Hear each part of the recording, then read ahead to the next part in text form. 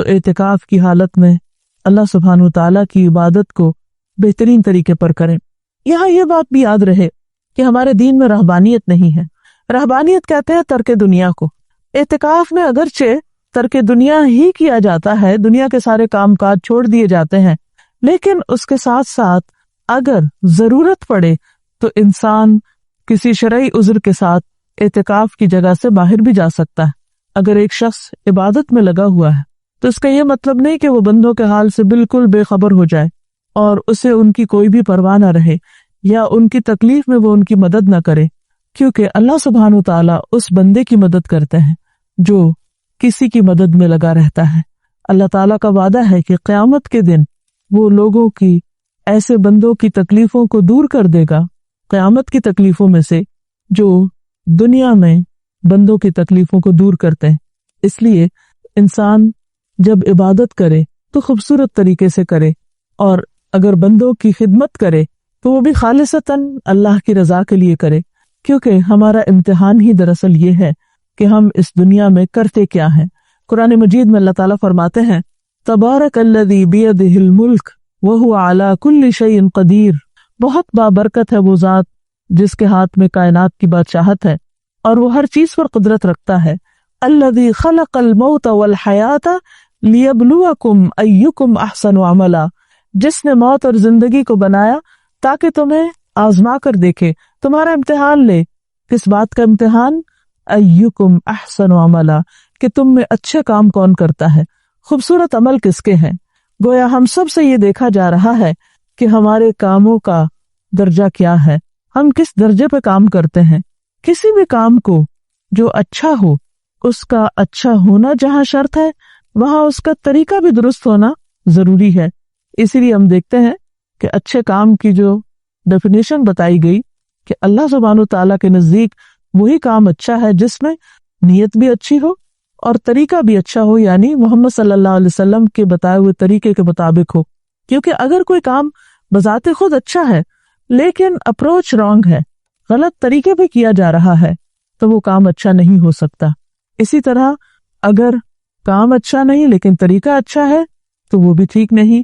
دونوں چیزوں کا درست ہونا نہایت ضروری ہے، اور حکمت اسی چیز کا نام ہے کہ انسان رائٹ ٹائم پر رائٹ ڈیسیژن لے، صحیح کام کو صحیح طریقے پر کرے، اس کو اس کا حق دیتے ہوئے کرے، عبادت کرے تو اس کو اس کا حق دے، کسی کی خدمت کرے تو اس کو اس کا حق دے۔ اور حکمت تو وہ نعمت ہے کہ اللہ جسے چاہے عطا کرے۔ قرآن مجید میں آتا ہے یؤتی الحکمت من یشاء، وہ حکمت عطا کرتا ہے جس کو وہ چاہتا ہے۔ ومن یؤت الحکمت فقد اوتی خیرا کثیرا، اور جس کو حکمت مل گئی اسے بہت بڑی بھلائی مل گئی۔ تو اللہ تعالیٰ سے دعا ہے کہ وہ ہمیں کاموں کو بہترین طریقے پر کرنے کی توفیق عطا فرمائے، اور ان گزرتے دنوں میں بھرپور نیکیاں کرنے کی توفیق دے۔ اللہ کی عبادت اور ذکر کے ساتھ ہمارے دن اور راتیں آباد ہو جائیں، اور اللہ تعالیٰ ان تمام چیزوں کو قبولیت بھی عطا فرمائے۔ آخری عشرے کی ایک اور خاص خصوصیت یہ ہے کہ اس میں ایک ایسی رات ہے جو 1000 مہینوں سے زیادہ بہتر ہے، یعنی اس رات کا عمل 1000 مہینوں کی عبادت سے زیادہ بہترین عمل ہے۔ یعنی ایک شخص اگر 1000 مہینے عبادت کرتا رہے اور دوسری طرف اس کو اگر یہ رات نصیب ہو جائے تو اس کی خوش قسمتی کے کیا کہنے، کیونکہ اس ایک رات میں وہ جو کچھ کرے گا وہ اس کی اس ساری عبادت سے زیادہ افضل ہوگا۔ قرآن مجید میں اللہ سبحانہ تعالیٰ نے ایک پوری سورت اس رات کے بارے میں نازل فرمائی ہے، سورۃ القدر۔ اللہ تعالیٰ فرماتے ہیں انا انزلناہ فی لیلۃ القدر، بے شک ہم نے اس کو یعنی قرآن مجید کو لیلۃ القدر میں اتارا۔ وما ادراک ما لیلۃ القدر، اور تم کیا جانو کہ لیلۃ القدر ہے کیا؟ لیلۃ القدر خیر من 1000 شہر، لیلۃ القدر 1000 مہینوں سے زیادہ بہتر ہے۔ گویا اس رات کی فضیلت اس بنا پر بھی ہے کہ اس میں قرآن مجید نازل کیا گیا۔ قرآن مجید سب سے عظیم ہستی کی طرف سے آیا، یعنی اللہ سبحانہ وتعالیٰ کا کلام، سب سے بہترین انسان یعنی محمد صلی اللہ علیہ وسلم پر نازل کیا گیا، سب سے بہترین مہینے رمضان میں نازل کیا گیا، سب سے بہترین رات یعنی لیلۃ القدر میں نازل کیا گیا، کہ اس ایک رات کا عمل 1000 مہینوں سے زیادہ بہتر ہے۔ اور مزید یہ کہ تنزل الملائکۃ والروح فیہا، اس میں فرشتے اترتے ہیں، ملائکہ اترتے ہیں، اور روح یعنی جبریل امین اترتے ہیں۔ سلام ہی حتی مطلع الفجر، یہ رات سراسر سلامتی کی رات ہے یہاں تک کہ فجر طلوع ہو جائے۔ اتنی خوبصورت رات، اتنی بہترین رات، اتنی خیر و برکت اور بھلائیوں سے معمور رات، کیا ہم اس کا انتظار نہیں کریں گے؟ کیا ہم اس کو پانے کی کوشش نہیں کریں گے اور اس کے لیے مزید طلب اور تڑپ بڑھائیں گے نہیں؟ خوش قسمت ہے وہ جو اس رات کی بھلائی پا گیا، اور بدقسمت ہے وہ جو اس رات کی خیر سے محروم رہ گیا۔ اس لیے ہمیں آج سے ہی اس بات کا تہیہ کر لینا چاہیے کہ انشاءاللہ ہم آخری عشرے کی سب راتوں میں عبادت کریں گے اور پچھلے 2 عشروں کی نسبت زیادہ کریں گے، تاکہ ہم اس رات میں نیک عمل کر کے اپنے نامہ اعمال کو بہتر بنا سکیں۔ اس رات کی تلاش میں اگر پورا عشرہ بھی عبادت کرنا پڑے تو کوئی مشکل کام نہیں، کوئی گھاٹے کا سودا نہیں، بلکہ نفع ہی نفع ہے، کیونکہ یہ رات جو خیر و برکت کی رات ہے، جس کو مل گئی اس کی خوش قسمتی کا کیا ٹھکانہ۔ لیکن یہ خوش قسمتی اس کے لیے ہے جو اس کی طلب رکھے، اس کے لیے بھاگ دوڑ کرے، اس کے انتظار میں رہے، اس کا شوق رکھے۔ یہ رات جس میں فرشتے اترتے ہیں، اس کے بارے میں نبی صلی اللہ علیہ وسلم نے مزید وضاحت کی، فرمایا، حضرت ابو ہریرہ سے روایت ہے کہ ان الملائکۃ تلک اللیلۃ فی الارض اکثر من عدد الحصى، بلا شبہ اس رات کو زمین میں فرشتوں کی تعداد کنکریوں سے بھی زیادہ ہوتی ہے۔ اور پھر فرشتے جب اترتے ہیں تو ایک خاص قسم کا ماحول پیدا ہو جاتا ہے، ہر طرف نیکی کا دور دورہ ہوتا ہے، ایک خاص روح ہوتی ہے اس رات میں۔ اس لیے ہم سب کو اس سے بھرپور فائدہ اٹھانا ہے، کیونکہ ایک اچھا عمل 1000 ماہ کے عمل سے بہتر ہے۔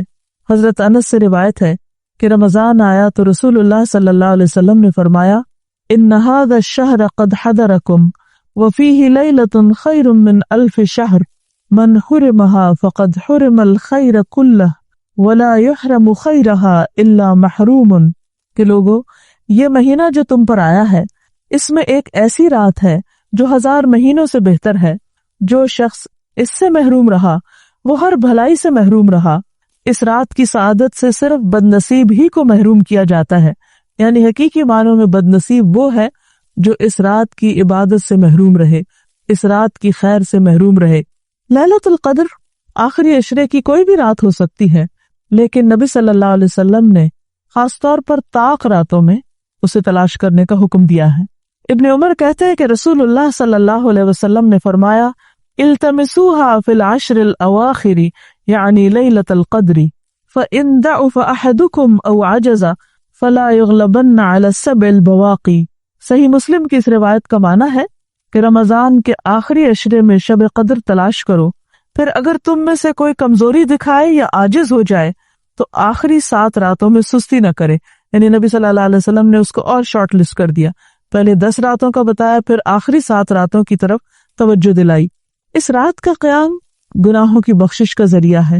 نبی صلی اللہ علیہ وسلم نے فرمایا، من قام لیلۃ القدر ایمانا واحتسابا غفر له ما تقدم من ذنبه، جس نے لیلۃ القدر میں ایمان اور احتساب یعنی ثواب کی نیت سے قیام کیا، اس کے پچھلے تمام گناہ معاف کر دیے جائیں گے۔ اس سے یہ بات بھی پتہ چلتی ہے کہ اس رات کی سب سے افضل نیکی قیام کرنا ہے، یعنی اللہ تعالیٰ کے حضور کھڑے ہو کر زیادہ سے زیادہ قرآن مجید پڑھنا، یعنی نماز کی حالت میں، یا سننا ہے۔ اسی طرح اس رات میں شور ہنگامے، لڑائی جھگڑے، فضول اور لاؤ گفتگو سے بھی پرہیز کرنا چاہیے۔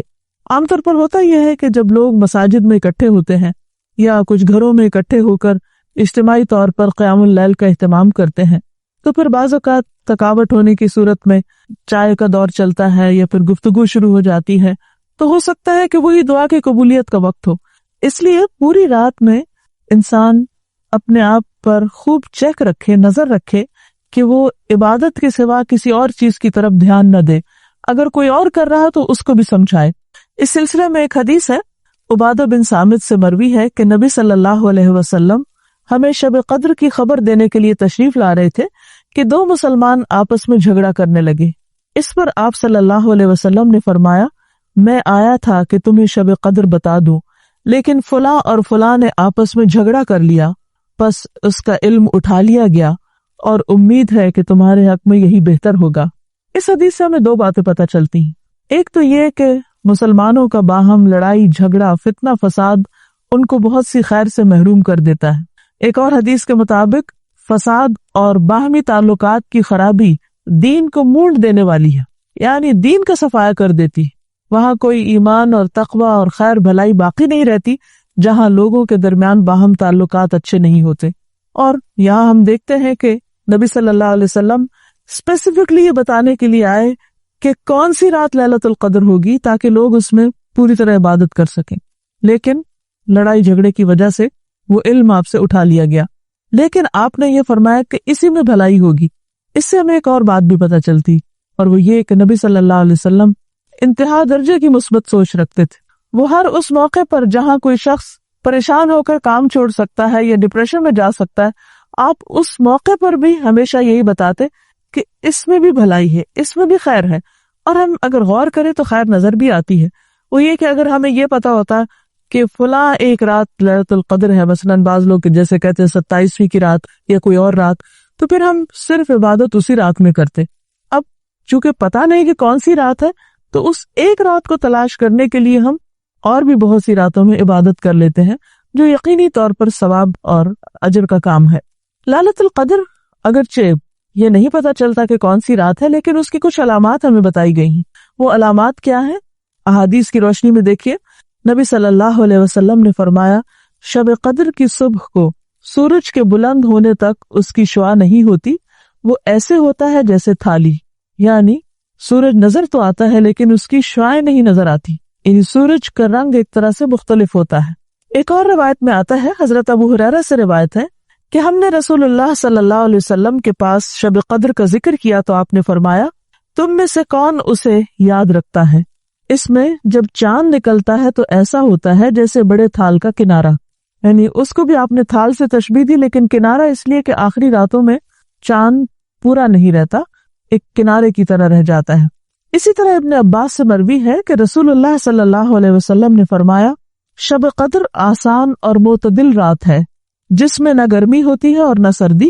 اس صبح کا سورج اس طرح طلوع ہوتا ہے کہ اس کی سرخی مدھم ہوتی ہے، یعنی سورج کی ایک نشانی بتائی گئی، لیکن ظاہر ہے کہ وہ تو جب رات گزر جاتی ہے پھر ہی نظر آتا ہے، اس لیے اس پر نہیں رہنا چاہیے کہ فلاں رات تھی یا فلاں رات تھی۔ توجہ اس پہ رہنی چاہیے کہ ہمیں ہر رات سے کس طرح فائدہ اٹھانا ہے۔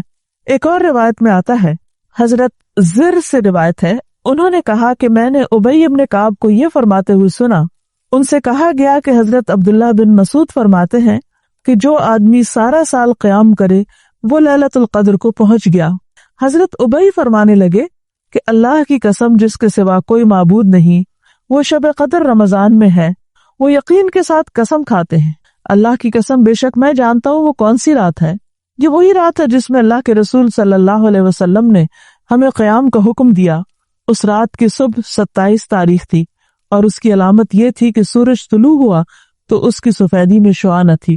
اور یہ ہو سکتا ہے کہ اس سال 27ویں رات ہو، لیکن یہ ضروری نہیں کہ صرف 27ویں رات ہی شب قدر ہو۔ ام المومنین حضرت عائشہ کہتی ہیں کہ میں نے پوچھا، اے اللہ کے رسول صلی اللہ علیہ وسلم، اگر میں شب قدر پالوں تو اس میں کیا کہوں، یعنی کون سی خاص دعا مانگوں؟ آپ نے فرمایا، کہو اللہم انک عفو کریم تحب العفو فاعف عنی، اے اللہ تو معاف کرنے والا ہے، کرم فرمانے والا ہے، معاف کرنے کو پسند کرتا ہے، بس تو مجھے معاف کر دے۔ اس سے یہ پتہ چلتا ہے کہ اس رات بھی زیادہ سے زیادہ اللہ سبحانہ و تعالیٰ سے بخشش کی دعا کرنی چاہیے، معافی اور درگزر کی دعا کرنی چاہیے۔ اس کے علاوہ انسان قرآن مجید کی تلاوت کر سکتا ہے، اگر خواتین نماز نہ پڑھ سکے تو ذکر اذکار کر سکتی ہیں، تسبیحات کر سکتی ہیں، اپنی غلطیوں کی معافی مانگ سکتے ہیں ہم سب، کیونکہ اللہ تعالیٰ بندے کی توبہ سے خوش ہوتے ہیں۔ ایک حدیث میں آتا ہے کہ نبی صلی اللہ علیہ وسلم نے فرمایا، ایک آدمی گناہ کرتا ہے، پھر کہتا ہے کہ اللہ میرا گناہ معاف کر دے، تو اللہ تعالیٰ فرماتا ہے کہ میرے بندے نے گناہ کا کام کیا اور اسے علم ہے کہ اس کا کوئی رب بھی ہے جو گناہوں کو معاف فرماتا ہے اور ان پر مواخذہ کرتا ہے، میں نے اپنے بندے کو معاف کر دیا۔ یعنی اللہ تعالیٰ اس بات سے خوش ہوتے ہیں کہ بندہ اللہ تعالیٰ سے معافی کی دعا مانگے. پھر اللہ تعالیٰ بخشش کا وعدہ بھی کرتے ہیں. رسول اللہ صلی اللہ علیہ وسلم نے فرمایا کہ شیطان نے اللہ عز و جل سے کہا، مجھے تیری عزت اور جلال کی قسم، میں تیرے بندوں کو اس وقت تک گمراہ کرتا رہوں گا جب تک ان کے جسم میں روح رہے گی، یعنی جب تک وہ فوت نہیں ہو جاتے. اور اللہ تعالیٰ نے فرمایا، مجھے اپنی عزت اور جلال کی قسم، جب تک وہ مجھ سے معافی مانگتے رہیں گے میں بھی انہیں معاف کرتا رہوں گا.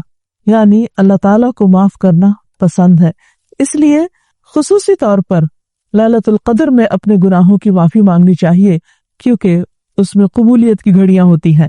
اور استغفار کا فائدہ یہ بھی ہے کہ انسان عذاب سے محفوظ رہتا ہے. قرآن مجید میں آتا ہے کہ اللہ تعالیٰ ان کو عذاب نہیں دیں گے جب تک وہ استغفار کرتے رہیں گے. کوئی بھی انسان یا قوم اپنی کوتاہیوں، غفلتوں، گناہوں کی وجہ سے اللہ تعالیٰ کو ناراض کر دیتی ہے، لیکن اللہ تعالیٰ رب الرحیم ہے، غفور الرحیم ہے، وہ اپنے بندوں کو معاف کر دیتے ہیں. لہٰذا اس موقع پر ہمیں انفرادی توبہ کے علاوہ اجتماعی توبہ بھی کرنی چاہیے. قرآن مجید میں اللہ تعالیٰ فرماتے ہیں وَتُوبُوا إِلَى اللَّهِ جَمِيعًا أَيُّهَا الْمُؤْمِنُونَ، اے مومنو سب مل کر اللہ سے توبہ کرو، اللہ تعالیٰ معاف فرمانے والا ہے، خواہ انسان کے گناہ آسمان کی بلندیوں تک ہی کیوں نہ پہنچ جائیں. اور آپ صلی اللہ علیہ وسلم نے یہ بھی فرمایا کہ جو آدمی یہ بات پسند کرتا ہے کہ اس کا اعمال نامہ اسے خوش کر دے تو وہ کثرت سے استغفار کیا کرے. ایک اور روایت میں آتا ہے خوشخبری ہے اس کے لیے جو اپنے نامہ اعمال میں بکثرت استغفار پائے.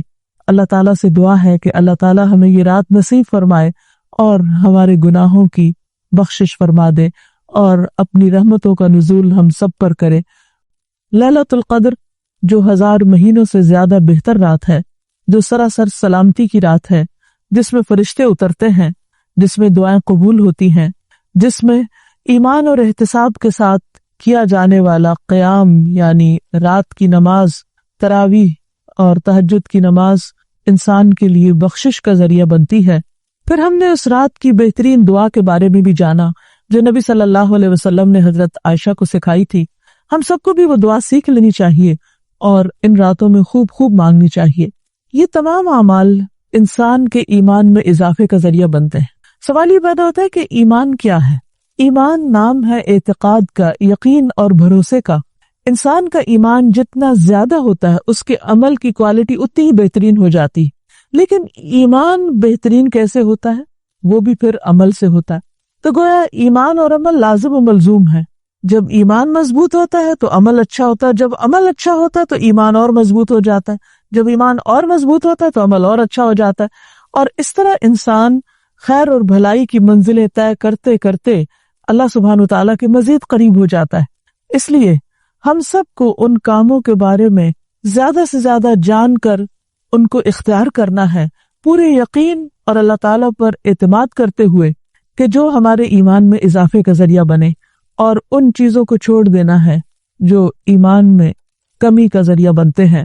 اللہ سبحانہ وتعالیٰ فرماتے ہیں وَالَّذِينَ اهْتَدَوْا زَادَهُمْ هُدًى وَآتَاهُمْ تَقْوَاهُمْ، وہ لوگ جو ہدایت پاتے ہیں اللہ ان کی ہدایت میں اور اضافہ کر دیتا ہے اور ان کو ان کا تقوی بھی عطا کرتا ہے. اور رمضان کے روزے تو ویسے بھی تقوی کے حصول کے لیے ہم پر فرض کیے گئے ہیں. تو اگر ہم ہدایت کی راہوں پر چلیں گے، نیکی کے کاموں کو جانیں گے اور ان کو اپنے عمل میں لائیں گے تو انشاءاللہ ہدایت میں بھی اضافہ ہوگا، ایمان میں بھی اضافہ ہوگا. ہم سب یہ بات جانتے ہیں کہ روزہ اللہ تعالیٰ کی قرب کا ذریعہ ہے. انسان کے اندر اللہ تعالیٰ کے لیے انس اور محبت کے جذبات پیدا کرتا ہے، انسان کو اللہ تعالیٰ کی اطاعت پر مزید ابھارتا ہے، اس کے اندر تقوی پیدا کرتا ہے اور الٹیمیٹلی اس کے ایمان کے درخت کو اور سینچتا ہے، ایمان میں اضافے کا ذریعہ بنتا ہے. روزے کے علاوہ دیگر عبادات بھی، مثلا راتوں کا قیام، نماز، ذکر، صدقہ خیرات کی کثرت، یہ تمام چیزیں ایسی ہیں کہ جو انسان کے ایمان میں اضافہ کرتی ہیں. قرآن مجید میں اللہ سبحانہ وتعالیٰ نے پاکیزہ کلمے یعنی لا الہ الا اللہ کی ایک بہت خوبصورت مثال دی ہے کہ کس طرح جب لا الہ الا اللہ کا بیج یعنی اس پر ایمان بندے کے دل میں اترتا ہے تو پھر وہ اس طرح پروان چڑھتا ہے جیسے ایک شجرہ طیبہ عمدہ درخت پروان چڑھتا ہے، اور وہ درخت کیسا ہوتا ہے؟ اصلها ثابت، جس کی جڑ مضبوط ہوتی ہے. یعنی جب ایمان مضبوط ہوتا ہے تو نتیجہ کیا نکلتا؟ فرعها فی السماء، کہ اس کی شاخیں آسمان تک جاتی ہیں، یعنی اس کے اعمال اوپر اٹھتے ہیں. تؤتی اکلها کل حین باذن ربها، پھر وہ اپنے رب کے اذن سے ہر آن پھل دیتا ہے.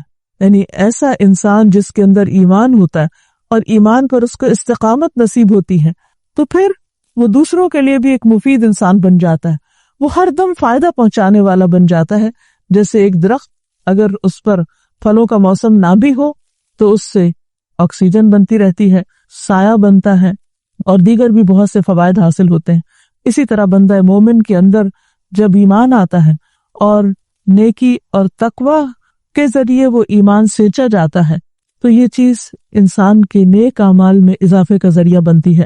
ہمیں ان کاموں میں ہمیشہ سبقت کرنی چاہیے کہ جو ایمان کو بڑھانے والے ہیں، اور ان کاموں سے بچنا چاہیے کہ جو ایمان میں خسارے یا نقصان کا ذریعہ بنتے ہیں، جو انسان کے دل کو میلا کرتے ہیں اور جس سے انسان نیکی کے کاموں میں پھر پیچھے ہونے لگتا ہے. وہ کون سے کام ہیں؟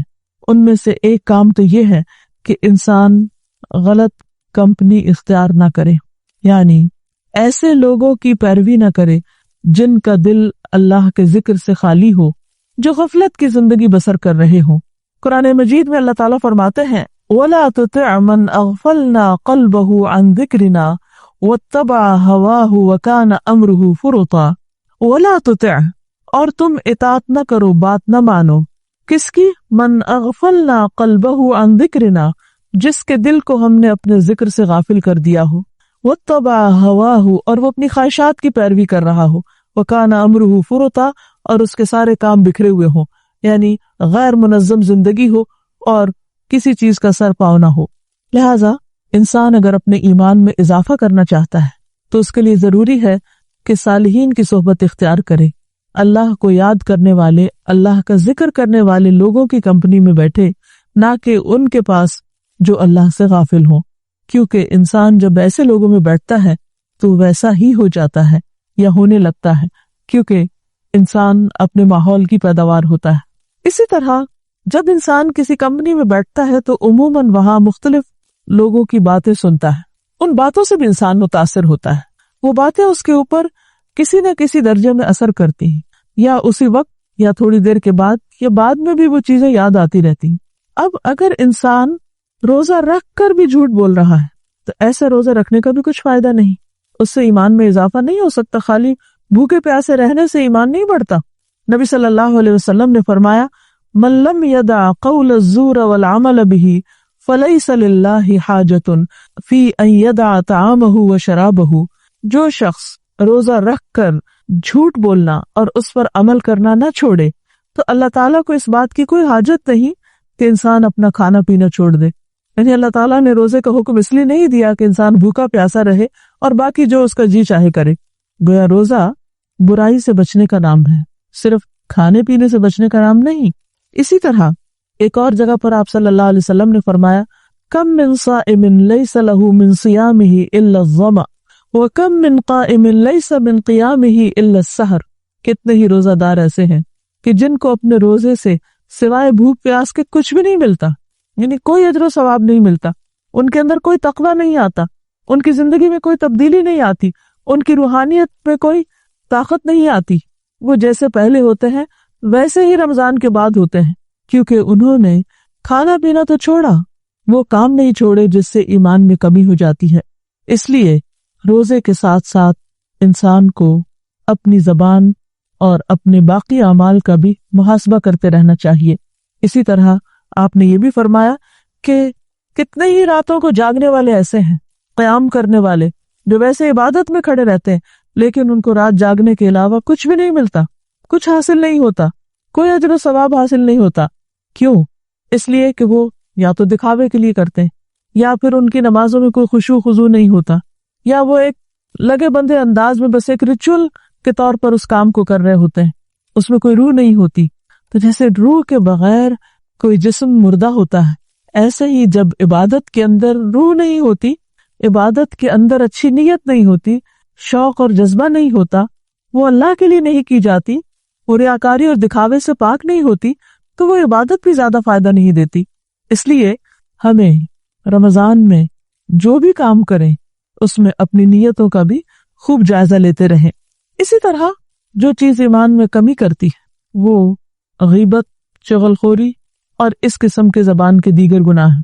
خصوصاً روزے میں ان سے پرہیز بہت زیادہ ضروری ہے، کیونکہ یہ روزے کو بہت نقصان دینے والے ہیں۔ قرآن مجید میں غیبت کو، دوسروں کے پیٹھ پیچھے ان کی باتیں کرنے کو، مردہ بھائی کے گوشت کھانے سے تعبیر کیا گیا ہے۔ اللہ تعالیٰ فرماتے ہیں اَيُحِبُّ أَحَدُكُمْ أَن يَأْكُلَ لَحْمَ أَخِيهِ مَيْتًا فَكَرِهْتُمُوهُ، کیا تم میں سے کوئی شخص یہ چاہے گا، کوئی پسند کرے گا کہ اپنے مردہ بھائی کا گوشت کھائے؟ نہیں، تم اس کو سخت ناپسند کرو گے۔ لیکن زندگی میں کتنی بار ایسا ہوا کہ کسی نے غیبت کی اور اس کو یہ احساس ہوا کہ اس نے مردہ کا گوشت کھایا۔ اگر انسان یہ تصور بھی کر لے غیبت کرتے ہوئے تو وہ فوراً باز آ جائے، کیونکہ مردہ ہو یا زندہ کسی انسان کا گوشت کھانا انسانیت سے نہایت گری ہوئی بات ہے۔ رمضان کے روزے جس میں انسان اپنی خواہشات پر کنٹرول کرتا ہے ہمیں مدد دیتے ہیں اس بات میں کہ وہ اپنی زبان پر بھی کنٹرول کریں۔ اس کا حل کیا ہے؟ اس کا حل یہ ہے کہ انسان کو اگر کسی سے کوئی شکایت ہے، کسی سے کوئی ناراضگی ہے یا کسی کی کوئی بات پسند نہیں تو براہ راست اس سے گفتگو کرے یا کسی ایسے انسان کے ذریعے اس کی اصلاح کی کوشش کرے کہ جس سے اس کو بھی فائدہ ہو اور خود بھی اپنے نقصان سے انسان بچ جائے۔ جب انسان غیر ضروری باتوں میں مصروف ہوتا ہے، اس قسم کے حرام کاموں میں مشغول ہو جاتا ہے، تو اس کا اصل فوکس جس چیز پر ہونا چاہیے اس سے ہٹ جاتا ہے، وہ اپنے مقصد سے غافل ہو جاتا ہے، وہ کرنے کے کام کر نہیں پاتا، وہ اجر و ثواب سے محروم رہ جاتا ہے، اس کے ایمان میں کمی ہو جاتی۔ جب ایمان کمزور پڑتا ہے تو عمل بھی کمزور ہو جاتا ہے۔ اس لیے بہت ضروری ہے کہ انسان رمضان میں اپنے اعمال کا احتساب کرتا رہے۔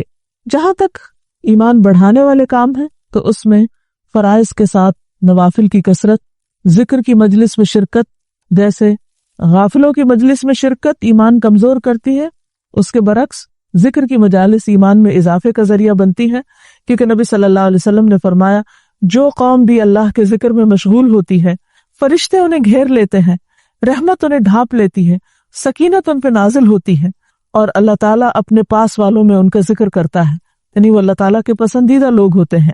اور سچے مومن تو وہ ہوتے ہیں کہ انما المؤمنون الذین اذا ذکر اللہ وجلت قلوبہم، کہ جب ان کے سامنے اللہ کا ذکر کیا جاتا ہے تو ان کے دل کانپ اٹھتے ہیں۔ وَإِذَا تُلِيَتْ عَلَيْهِمْ آيَاتُهُ زَادَتْهُمْ إِيمَانًا، اور جب ان پر اس کی آیات پڑھی جاتی ہیں تو ان کے ایمان میں زیادتی ہو جاتی، ایمان میں اضافہ ہو جاتا ہے۔ وَعَلَىٰ رَبِّهِمْ يَتَوَكَّلُونَ، اور وہ اپنے رب پر توکل کرنے لگتے ہیں، بھروسہ کرتے ہیں۔ اسی طرح ایک اور حدیث کے مطابق مومن سے جب محبت کرتا ہے تو اس سے بھی محبت کی جاتی ہے، یعنی المؤمن یألف ویؤلف، مومن الفت رکھتا بھی ہے اور اس سے بھی الفت کی جاتی ہے، یعنی کسی کے بارے میں اچھی سوچ رکھنا، کسی سے اچھا برتاؤ کرنا، یہ بھی انسان کے اندر خیر و بھلائی میں اضافے کا ذریعہ بنتا ہے۔ پھر اسی طرح ایک اور حدیث میں آتا ہے کہ مومن کا آئینہ ہے، مومن کا بھائی ہے، اس کے سامان کی حفاظت کرتا ہے اور اس کی غیر موجودگی میں اس کا بھی دفاع کرتا ہے۔ لہٰذا یہ تمام چیزیں ایسی ہیں کہ جو انسان کے ایمان میں اضافہ کرتی ہیں، اور اگر انسان شیطان کے پیچھے لگ جائے تو پھر نیکی کے کاموں سے دور ہوتا چلا جاتا ہے۔ شیطان کا زور ان لوگوں پر نہیں چلتا جو اپنے رب پر ایمان رکھتے ہیں اور اس پر بھروسہ کرتے ہیں۔ ہم سب کے لیے بھی ضروری ہے کہ ہم نیکی کے کاموں میں آگے بڑھیں اور برائیوں میں پیچھے رہیں، جیسا کہ رمضان کی ہر رات کو ایک پکارنے والا پکارتا ہے، یا باغ الخیر اقبل و یا باغ الشر اقصر، اے نیکیوں کے طلبگار آگے بڑھو اور اے برائیوں کے چاہنے والے رک جاؤ، اب تو باز آ جاؤ۔ اللہ تعالی ہم سب کو زیادہ سے زیادہ اچھے کاموں کی توفیق عطا فرمائے۔ حقیقت یہ ہے کہ انسان کی زندگی بہت مختصر ہے، لیکن اگر انسان اپنی زندگی میں غفلت برتے تو وہ زندگی اور بھی چھوٹی ہو جاتی ہے۔ اگر ہم روزانہ صرف 8 گھنٹے سوتے ہوں تو 60 سال کی عمر پانے والا انسان اپنی زندگی کا تیسرا حصہ یعنی 20 سال گویا سو کر گزار دیتا ہے۔ کام کے لیے اس کے پاس 40 سال بچے اور اگر 40 سالوں میں بھی وہ سنجیدگی اختیار نہیں کرتا اور کرنے کے کام نہیں کرتا بلکہ اپنی زندگی ادھر ادھر کے لہو و لعب میں گزار دیتا ہے تو آخر کار وہ نقصان اٹھائے گا۔ اس لیے ہم سب کے لیے لازم ہے کہ ہم اپنا محاسبہ کریں اور اپنے اوقات کی قدر کریں۔ اوقات یا زندگی یہ ویسے بھی بہت قیمتی ہے، لیکن کچھ اوقات دوسروں کے نسبت اور زیادہ قیمتی ہوتے ہیں کیونکہ ان میں کیا جانے والا عمل اجر کے اعتبار سے کئی گنا زیادہ ہوتا ہے۔ اگر دیکھا جائے تو ایک ایک دن کر کے رمضان کا مہینہ نصف سے زیادہ گزر چکا ہے۔ عموماً جب کام شروع کیا جاتا ہے کوئی بھی تو اس میں انسان کے موٹیویشن کا لیول ہائی ہوتا ہے، بہت جذبے کے ساتھ انسان کام شروع کرتا ہے۔ پھر جب وہ کام ایک عادت بننے لگتا ہے، ایک روٹین بننے لگتا ہے تو عموماً اس میں کچھ سستی سی آنے لگتی ہے۔ اسی طرح رمضان کے شروع میں ایک خاص قسم کی ایکسائٹمنٹ ہوتی ہے، لیکن عام طور پر دیکھا گیا ہے کہ دوسرے عشرے میں عموماً چیزیں نارمل ہونے لگتی ہیں۔ ایسے میں ہمیں پھر اپنے آپ کو ایک بار یاد دہانی کرانا ہے کہ یہ وقت، یہ گھڑیاں، یہ لمحات نہایت قیمتی ہیں اور انہیں ہمیں بغیر کچھ کیے ہاتھ سے جانے نہیں دینا۔ انسان اگر رمضان کے شروع میں ہی پلاننگ کر لے تو رمضان بہترین طریقے پر گزر سکتا ہے، لیکن اگر ابھی تک ہم نے پلاننگ نہیں کی تو چاہیے کہ ہم ان باقی دنوں کو بہترین پلانڈ انداز میں ایک منظم طریقے پر گزاریں اور اس میں اپنے کھانے پینے، آرام کے علاوہ باقی وقت میں زیادہ سے زیادہ اللہ سبحانہ وتعالیٰ کی عبادت کی طرف متوجہ رہیں، کیونکہ جب وقت ہاتھ سے گزر جاتا ہے، ہاتھ سے نکل جاتا ہے تو دوبارہ نہیں آتا کسی بھی قیمت پر۔ دنیا میں کسی بھی اور چیز کا نقصان اس کا کچھ نہ کچھ نعم البدل ہو سکتا ہے۔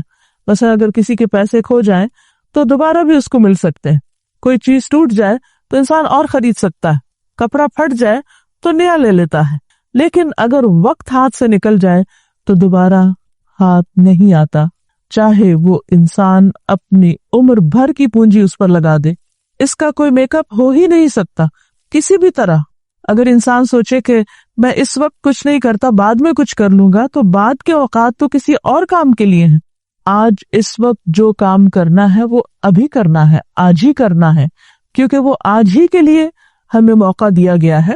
اس لیے ہمیں خصوصی طور پر اس مہینے میں بہت ہی زیادہ محتاط رہنا، بلکہ اس احتیاط سے ہمیں یہ سیکھنا ہے کہ اپنی باقی زندگی کو بھی کس طرح منظم کریں۔ قرآن مجید میں اللہ تعالیٰ فرماتے ہیں وَالْعَصْرِ إِنَّ الْإِنسَانَ لَفِي خُسْرٍ، قسم ہے زمانے کی، بے شک انسان خسارے میں ہے، نقصان میں ہے۔ یہاں پر اللہ سبحانہ وتعالیٰ زمانے یعنی وقت کی قسم کھا رہے ہیں اور انسان کی بات کر رہے ہیں کہ یقیناً بے شک اس میں کوئی شک و شبہ ہی نہیں کہ انسان نقصان اٹھا رہا ہے، کیونکہ ایک انسان جب پیدا ہوتا ہے تو اسی لمحے دنیا میں آتے ہی اس کی زندگی کا کاؤنٹ ڈاؤن شروع ہو جاتا ہے، اور ہم عام طور پر خوش ہوتے ہیں کہ ایک بچہ اب ایک دن کا ہو گیا ہے، ایک ہفتے کا ہو گیا، ایک مہینے کا ہو گیا، سال کا ہو گیا، اور پھر خوشی سے اس کا ذکر بھی کرتے ہیں۔ لیکن اگر تھوڑا سا غور کیا جائے تو ہر آنے والا دن اس کی زندگی کو گھٹا رہا ہے۔ جو اس کے سال ہیں زندگی کے، ان میں سے ایک ایک دن کر کے ایک ایک مہینہ، ایک ایک سال ختم ہوتا چلا جا رہا ہے، اور یوں انسان اپنی موت کے کنارے پہنچ جاتا ہے۔ اگر ہم اپنے وقت کو ایک سرمایہ سے تعبیر کریں، مثلاً ہر دن میں 24 گھنٹے ہمیں جو ملتے ہیں، ہر گھنٹے کی اگر ہم ایک قیمت لگا لیں، دنیا کی ویسے کوئی بھی چیز قیمت ہو نہیں سکتی اس وقت کی، لیکن اندازاً مثلاً اگر ہم ایک گھنٹے کے 1,00,000 روپے لگا لیں تو ہر گھنٹہ ختم ہونے پر 1,00,000 روپیہ ضائع ہوتا چلا جاتا ہے، کم ہوتا چلا جاتا ہے، اور اینڈ آف دا ڈے ہمارے بیلنس میں 0 رہ جاتا ہے۔ اگلے دن پھر ایک نیا دن ملتا ہے، اور پھر اسی طرح اگر ہم اس کو استعمال نہیں کرتے تو آخر میں کچھ بھی ہمارے پاس نہیں بچتا۔ اس وقت کو، اس سرمایہ کو استعمال کرنے کی بہترین شکل یہی ہے کہ ہم زیادہ سے زیادہ اچھے کام کریں۔ اسی لیے اللہ سبحانہ وتعالی نے فرمایا کہ ان الانسان لفی خسر، یقیناً انسان خسارے میں ہے، الا الذین، ہاں اس خسارے سے نکل سکتے ہیں کون؟ مگر وہ لوگ آمنو، جو ایمان لائے، وعملوا الصالحات، اور انہوں نے اچھے کام کیے، وتواصوا بالحق، صرف خود ہی اچھے کام نہیں کیے، ایک دوسرے کو بھی اچھے کاموں کی تلقین کی، حق کی تلقین کی، وتواصوا بالصبر، اور ایک دوسرے کو صبر کی تلقین کی، کیونکہ زندگی کا یہ سفر ایک مشکل سفر ہے اور اس میں انسان بارہا ہمت ہار بیٹھتا ہے. تو ضروری ہے کہ ہم خود بھی اچھے کام کریں، دوسروں کو بھی تلقین کریں، اور اگر راستے میں کوئی رکاوٹ آئے تو ایک دوسرے کی ہمت بندھاتے رہیں. اور یہ کہ خاص طور پر رمضان کے مہینے میں ہمیں اپنے اوقات کو اور بھی زیادہ سمجھداری کے ساتھ گزارنا ہے تاکہ ہم میکسیمم فائدہ اٹھا سکیں. ایک حدیث میں آپ صلی اللہ علیہ وسلم فرماتے ہیں کہ 2 نعمتیں ایسی ہیں جن کے بارے میں لوگ عام طور پر دھوکے میں ہیں، اور وہ کیا ہیں؟ صحت اور فراغت. انسان کے پاس جب صحت ہوتی ہے، طاقت ہوتی ہے، جوانی ہوتی ہے، تو عموماً وہ اس کی قدر نہیں کرتا. وہ سمجھتا ہے کہ شاید یہ ہمیشہ میرے پاس باقی رہے گی. لیکن ہم نے عام طور پر دیکھا ہے، ہم سب کا تجربہ اور مشاہدہ ہے کہ ہمیشہ انسان صحت مند نہیں رہتا، ہمیشہ جوان نہیں رہتا، اور ہمیشہ انسان کے پاس فراغت نہیں ہوتی. ہمیں نہیں معلوم کل کا دن ہمارے لیے کیا سمیٹے ہوئے آئے، اس کے اندر خیر و بھلائی ہے یا اس کے علاوہ کچھ اور. اس لیے ہمیں آج کے اس دن اور اس دن کے بھی اس وقت سے فائدہ اٹھانا ہے. اور اس کا طریقہ کیا ہے کہ ہم ہر لمحہ اپنا جائزہ لیتے رہیں کہ ہم اپنے اس وقت کو کس طرح گزار رہے ہیں، کس کام میں گزار رہے ہیں، کیا ہم اس سے بہتر کوئی کام کر سکتے ہیں. اور اگر چوائس ہو تو کم تر درجے کے کام کو چھوڑ کر زیادہ بہتر کام کی طرف چلے جانا چاہیے تاکہ انسان اپنی زندگی کو ضائع کرنے سے بچا سکے. بعض روایات میں آتا ہے کہ امام سفیان ثوری ایک مرتبہ حرم میں بیٹھ کر لوگوں کے ساتھ بات چیت کر رہے تھے کہ اتنے میں اچانک گھبرا کر اٹھے اور کہنے لگے کہ ہم یہاں باتیں کر رہے ہیں اور دن اپنا کام کر رہا ہے، یعنی وقت گزرتا چلا جا رہا ہے، اور کیا ہم یہاں پر بیٹھ کر یوں ہی بات چیت کرتے رہیں گے؟ حالانکہ وہ حرم میں بیٹھے ہوئے تھے، اللہ کے گھر کے پاس بیٹھے ہوئے تھے، لیکن اس کے باوجود وہاں بیٹھ کر بھی انہوں نے یہ محسوس کیا کہ ان کا وہ وقت کچھ زیادہ مفید کام میں نہیں گزر رہا. بعض اوقات ہم اپنے آپ کو یہ تسلی دیتے ہیں کہ ہم باتیں ہی تو کر رہے ہیں، ہم دوسرے کو کمپنی دے رہے ہیں، اور ہم کون سا غلط بات کر رہے ہیں. لیکن حقیقت یہ ہے کہ اگر انسان غلط بات نہ بھی کرے تو بھی اس وقت انسان کو یہ دیکھنا چاہیے کہ اس سے بہتر کام کیا ہو سکتا ہے، اور بہتر سے بہترین کی طرف جانے کی کوشش کرتے رہنا چاہیے. کیونکہ جب ہمارے پاس مال ہوتا ہے یا کوئی سرمایہ ہوتا ہے اور ہمیں انویسٹمنٹ کا، تجارت کا موقع ملتا ہے، تو ہم کبھی یہ نہیں سوچتے کہ ٹھیک ہے پیسہ ہے رکھا رہے، اسی پیسے کو استعمال کر لیں گے. ہمیشہ یہ سوچتے ہیں کہ بہتر کام میں لگایا جائے، اور اگر ہمارے پاس چوائس ہو تو ہم کم درجے کے منافع کی بنسبت زیادہ منافع والے کام میں اپنے مال کو لگائیں گے. اگر ہم اپنے مال کے بارے میں فکر مند ہوتے ہیں اور مال کو بہترین جگہ پر لگانا چاہتے ہیں تو کیا ہم اپنے وقت کو، جو مال سے بھی زیادہ قیمتی ہے، زیادہ بہتر جگہ پر نہ لگائیں؟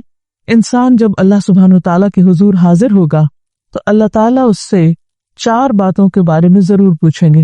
حدیث میں آتا ہے کہ انسان کے قدم وہاں سے ہل نہ سکیں گے، ٹل نہ سکیں گے جب تک وہ 4 باتوں کا جواب نہ دے دے. ان میں ایک تو اس کے مال کے بارے میں کہ اس نے کہاں سے کمایا، کہاں خرچ کیا، پھر اس کے علم کے بارے میں کہ علم جو حاصل کیا اس پر عمل کتنا کیا، اور اپنے جسم کو کن کاموں میں گھلایا، اور پھر خاص طور پر عن عمرہ فیما افناہ، اس کی عمر کے بارے میں کہ اس نے عمر کو کس کام میں فنا کیا، جسم کو کہاں پرانا کیا اور عمر کو کہاں لگایا. یعنی اس کی زندگی کی اہم ترین چیزیں جو ہیں ان کے بارے میں اس سے سوال کیا جائے گا. ایک اور روایت میں خاص طور پر جوانی کا ذکر آتا ہے کہ جوانی کو کہاں لگایا. عموماً ہم یہ سوچتے ہیں کہ ابھی تو ہم جوان ہیں، ابھی تو ہمارے عیش و عشرت کے دن ہے، جب بڑھاپا ہوگا تو پھر دیکھیں گے، پھر ہم کچھ عبادت کر لیں گے، حج کرنے کو چلے جائیں گے اور ہمارے گناہ معاف ہو جائیں گے. لیکن جوانی کا وقت جو ہے اس کو ہم اپنی خواہشات کی تکمیل میں گزارتے ہیں. لیکن یہ عقل مندی کی بات نہیں. عقل مند وہ ہے جو اپنا سفر جلد شروع کر دے. ہم سب آخرت کے مسافر ہیں، ہماری منزل آخرت ہے، اور وہاں ہمیں اپنے رب کے سامنے جا کر کھڑے ہونا ہے، اور ہمیں اپنی صلاحیتوں کا، اپنے اوقات کا، اور جو بھی نعمتیں ہمیں ملی ہیں ان کے بارے میں حساب دینا ہے. اس لیے عقل مندی کا تقاضا یہ ہے کہ ہم اپنے اوقات کو سوچ سمجھ کر استعمال کریں. حقیقت یہ ہے کہ جو شخص اللہ تعالیٰ کو پہچان لیتا ہے، جس کا تعلق اللہ تعالیٰ سے مضبوط ہو جاتا ہے، جو شخص اپنے آپ کو پہچان لیتا ہے، اپنی زندگی کی قدر کرنا جانتا ہے، وہ یقینی طور پر اس مختصر سی زندگی میں زیادہ سے زیادہ بہتر کام کرنا چاہتا ہے۔ اب سوال یہ پیدا ہوتا ہے کہ ہم اپنے اوقات کی منصوبہ بندی کس طرح کریں کہ جس سے ہمارا دن بہترین اور پروڈکٹیو ہو۔ اس سلسلے میں اللہ سبحانہ وتعالی نے نمازوں کو وقت کی پابندی کے ساتھ فرض کر کے ہم پر بہت بڑا احسان کیا ہے۔ قرآن مجید میں اللہ تعالیٰ فرماتے ہیں ان الصلاۃ کانت علی المؤمنین کتابا موقوتا، کہ بے شک نماز مومنوں پر وقت کی پابندی کے ساتھ فرض کی گئی ہے۔ جب ہم نمازوں کے اوقات کو ایک طرح سے مقرر کر لیتے ہیں تو باقی کاموں کو ان نمازوں کے بیچ کے وقفے میں ڈال کر اپنے دن بھر کا ٹائم ٹیبل بنا سکتے ہیں۔ مثلاً صبح کا وقت سورج نکلنے تک کا فجر کی نماز سے لے کر عبادت کا وقت ہو سکتا ہے، جس میں انسان نماز کے علاوہ تلاوت قرآن، ذکر اذکار کرے۔ پھر اس کے بعد جب سورج نکل آئے اور اشراق کا وقت ہو تو اس وقت نوافل ادا کرے، پھر اپنے دن کے کام کاج میں لگ جائے۔ جو بھی کسی کا کام ہے، کوئی جاب کرتا ہے یا کوئی طالب علم ہے یا کوئی تاجر ہے یا مزدور ہے، خواتین ہیں، گھر کے کام کاج ہیں، تو ظہر تک کا وقت بھرپور طریقے سے خوب جان مار کر انسان کو اپنے کام میں لگانا چاہیے۔ ظہر کی نماز سے لے کر پھر عصر کی نماز تک کا وقت دوبارہ اپنے کام پہ انسان لوٹ سکتا ہے۔ عصر سے مغرب تک کا وقت حقوق العباد کی ادائیگی کے لیے لگایا جا سکتا ہے۔ پھر اسی طرح مغرب سے عشاء اور پھر عشاء سے صبح تک کے وقت کی بھی انسان اپنے احوال کے مطابق، اپنے حالات کے مطابق اس کی پلاننگ کر سکتا ہے۔ لیکن اگر انسان نماز کی پابندی نہیں کرتا تو باقی اوقات کی پابندی بھی اس کے لیے مشکل ہو سکتی ہے، کیونکہ اگر انسان غفلت میں بھی ہے تو نماز اس کو آ کر جگاتی ہے، اس کو اٹھاتی ہے، اس کی سستی اور کاہلی کو دور کرتی ہے۔ اس کو وضو کرنے کے بعد جب انسان اللہ کے حضور حاضر ہوتا ہے تو اس کے اندر ایک چستی پیدا کر دیتی ہے۔ نیک لوگ تو صرف دن نہیں، اپنی راتوں کو بھی اللہ کے ذکر سے آباد کرتے تھے۔ اس میں ہمیں ایک بزرگ کے بارے میں ملتا ہے کہ وہ اپنی رات کا ایک بڑا حصہ نماز میں گزارتے، تو کسی نے ان کو مشورہ دیا کہ آپ آرام کیا کریں، تو انہوں نے کہا کہ آرام ہی کے لیے تو یہ سب کچھ کر رہا ہوں، یعنی اگر آج دنیا میں محنت کروں گا، اگر دنیا میں اللہ کی عبادت کروں گا تو کل آخرت کی ہمیشہ ہمیشہ کی زندگی میں راحت و آرام پاؤں گا۔ لیکن اگر آج دنیا میں ہم اپنے وقت کو ضائع کر دیتے ہیں تو پھر یہ ممکن نہیں کہ کل انسان راحت پا سکے۔